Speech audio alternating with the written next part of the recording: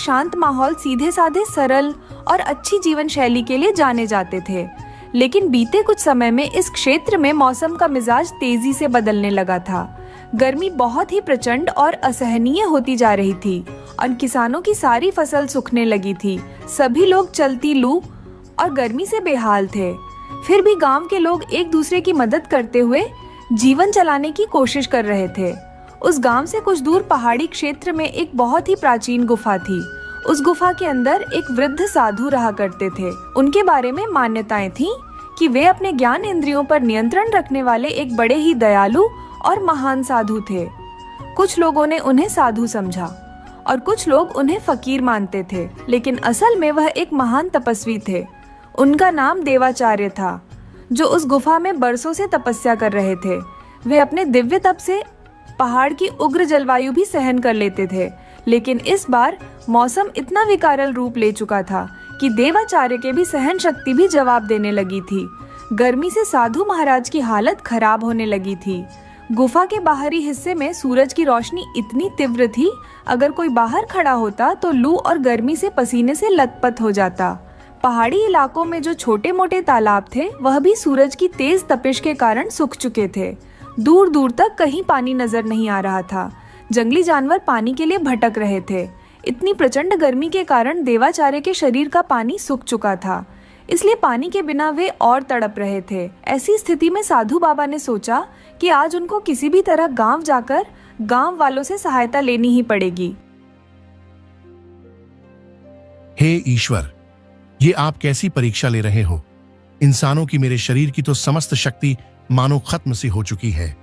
इस भीषण गर्मी में भी मैंने सदा उपवास और साधना को ही अपना जीवन बना लिया है, मगर इतनी प्रचंड लू और गर्मी के कारण मेरा शरीर जवाब दे रहा है।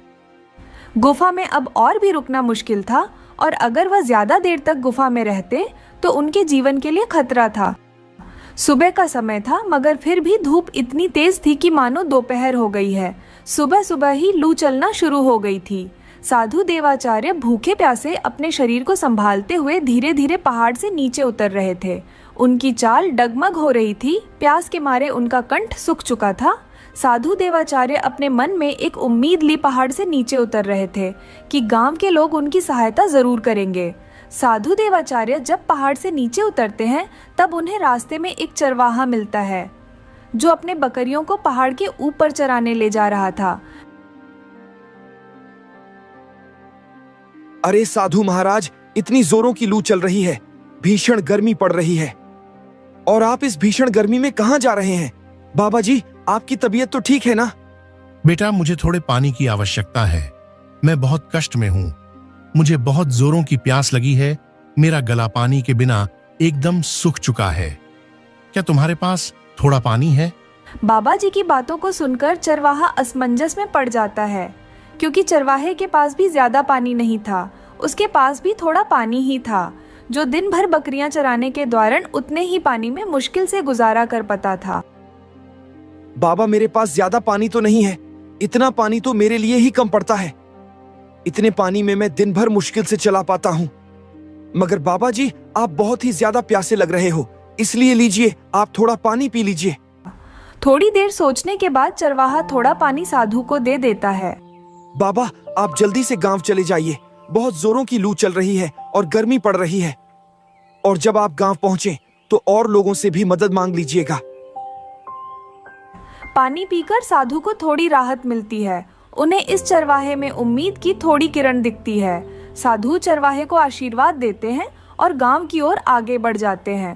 चलते चलते साधु गांव के पास पहुंच जाते हैं। पहुंचकर साधु देखते हैं कि गांव के बाहर एक ही कुआं था, जो अब लगभग सूखने की कगार पर था। गांव के लोग अपनी जरूरत के हिसाब से कुएं का पानी निकालकर अपने अपने काम के लिए उपयोग में लाते थे। साधु देवाचार्य सबसे पहले जब गांव में पहुंचे तो तेज धूप और लू ने उन्हें इतना तपन दिया, उनके पूरे शरीर पर चमकती पसीने की बूंदें झलक आई। जब वह गांव की गलियों से गुजर रहे थे तो उन्होंने देखा कि गांव में अधिकतर मकान मिट्टी के बने हुए थे। कुछ ग्रामीण के मवेशी पानी के बिना और तपती धूप से बेचैन होकर तड़फड़ा रहे थे। थोड़ी दूर जाने पर साधु को कुछ लोग दिखाते पड़ते, जो मिलकर